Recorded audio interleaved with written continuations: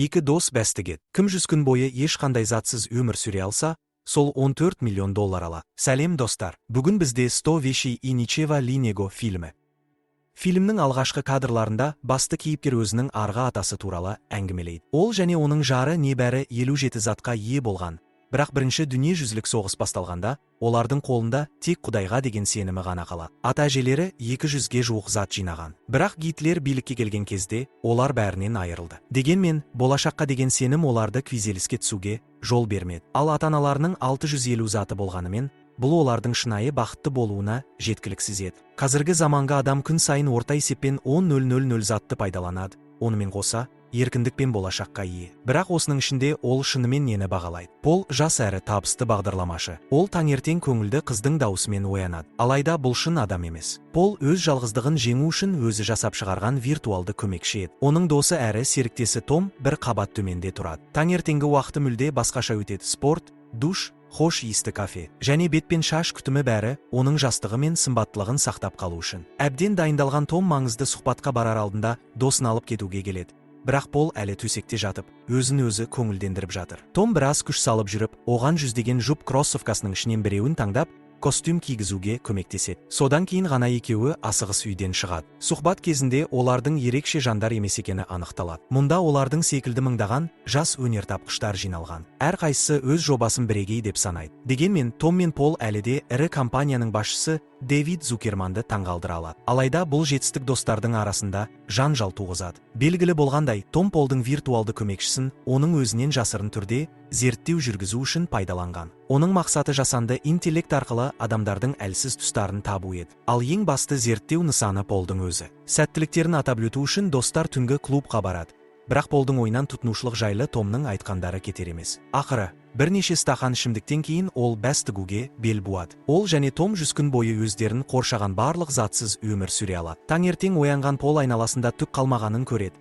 Бірақ кешегі оқиғаны бірден есіне түсіре алмайды. Том оған түнде бәрінің көзінше кім бірінші берілсе, өзінің мүлкінің жартысын жұмыскерлеріне беруге тиіс деп мәлімдегенін еске салады. Енді жігіттердің жалғыз иелігінде қойманың кілті ғана бар. Ол жерден күн сайын тек бір затты ғана ала алады. Алғашқы алған заттары киім. Өйткені әріптестері оларға ешқандай жеңілдік жасағысы келмеді. Пол жылы тонға оранып алса, Том аязда тоңбау үшін жатын қапшықты таңдады. Негізі, олар қоймаға ешқандай киімсіз жүгіріп баруға мәжбүр болды.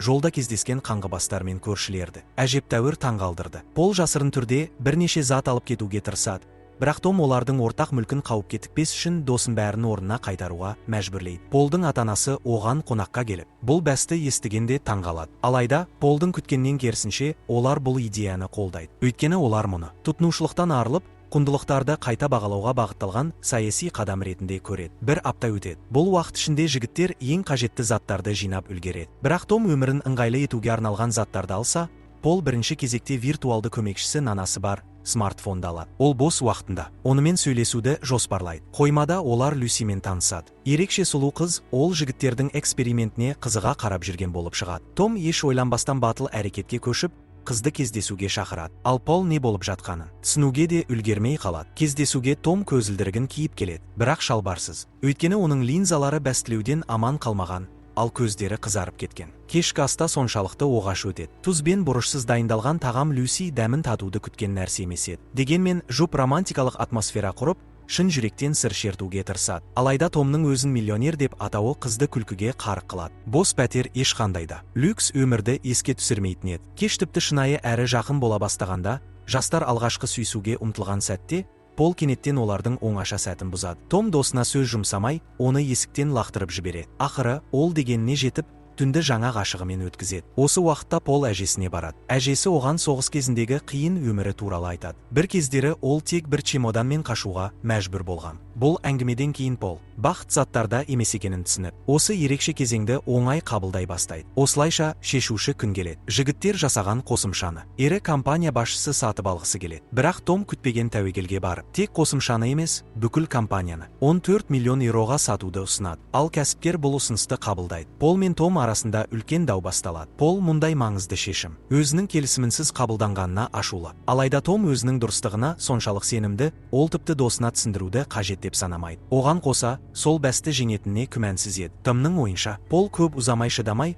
бұрынғы өміріне қайта оралады. Жігіттердің арасындағы дау бәсті одан әрі күшейтуге әкеледі. Пол досының майда-шүйде заттар арқылы жеңілдіктер жасап жүргенін біледі, және енді мұндайға мүлде тыйым салады. Жаңа ереже кімде-кім ережені бұзса, сол бірден жеңіледі. Бұнымен тоқтамай, екеуі бәстің шартын тағы да көтереді. Енді бәске бүкіл компания тігіледі. Осы кезде Пол әжесінің ауруханаға түскенін біледі. Ал ол сауығып шыққан соң, ата-анасы оны қарттар үйіне жібермек. Пол бұл жағдайға қатты қайғырады. Бірақ анасынан ұсынылған ақшаны әжесіне темекі әперу үшін алудан бас тартады. Ережені бұзғысы келмейді. Тіпті ешкім оны байқамаса да. Бұл анасына ұлы үшін үлкен мақтаныш сезімін сыйлайды. Ауруханада Пол Люсиді көреді. Қыз терапевттің кеңсесіне кіреді. Оны күтіп тұрған Пол Люсидің ұзақ уақыттан бері бір тәуелділікпен күресіп жүргенін біледі. Алайда бұл алкоголь немесе есірткі емес, шексіз артық заттар сатып алу әдеті болып шығады. Түнде Пол қоқыс жәшігінен алма іздейді. Бірақ кенеттен айналасында қымбат көліктер жинала бастайды. Олардың біреуін тізгіндеген қосымшаны сатып алғысы келген миллионер Цукерман. Бизнесмен Полға артық адамдардан құтылуды ұсынып,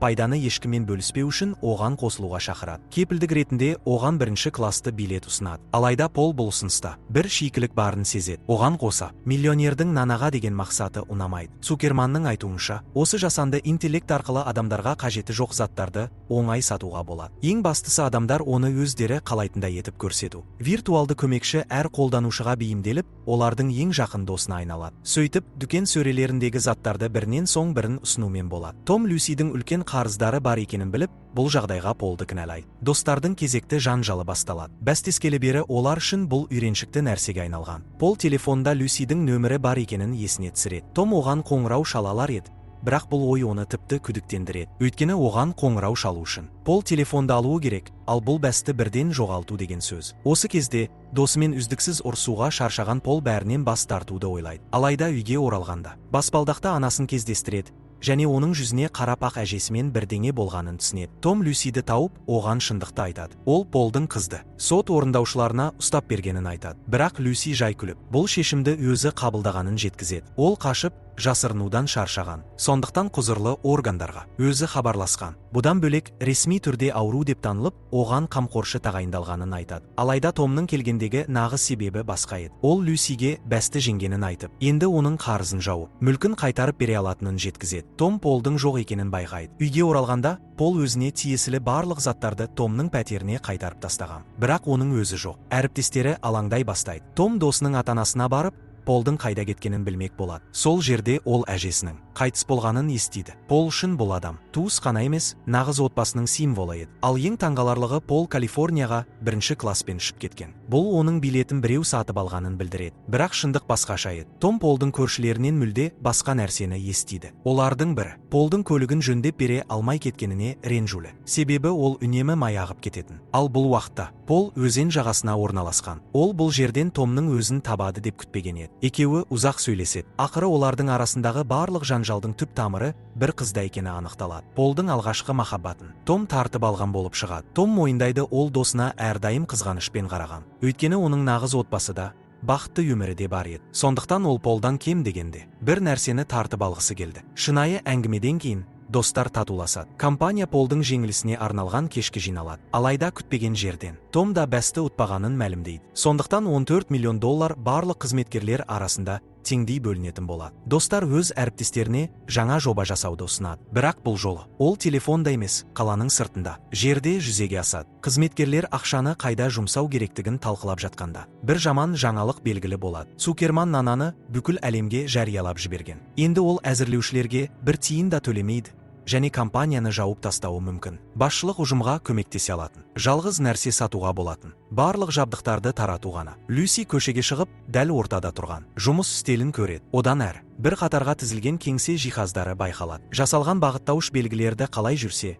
қыз өзін орманда табады. Ал онда тағы да киімін толық киіп үлгермеген Том оны күтіп тұр. Жігіт Люсиге оның психологиялық диагнозын қабылдауға дайын екенін айтады. Өйткені өзі де психотерапевтке қаралуы керек, бірталай мәселелері бар екенін мойындайды. Оған қоса, ол енді бай емес. Том, Пол және Люси көне көлікке ең қажетті заттарын салып, саяхатқа аттанады. Олар енді білет шынайы бақыт үшін қолда бар нәрсе жеткілікті. Океан жағасында отырып, достар сәтсіз аяқталған жобалары туралы сөз қозғайды. Бірақ Пол күлімсіреп, Цукерманның олардың қосымшасынан пайда көре алмайтынын айтып қояды. Жасанды интеллект нанамен жақсы қарым-қатынас орнатқан Пол оны алдын ала жоспарға енгізіп қойған екен. Белгілі бір уақытта Нана барлық қолданушыларға қосымшаның қандай деректер жинайтынын және оларды жарнама құрбанына айналдырғанын тікелей айтып беруге тиіс болған. Дәл сол сәтте Полдың телефоны шырылдайды. Нана оның барлық тапсырмасын орындағанын растайды. Фильм осымен аяқталады.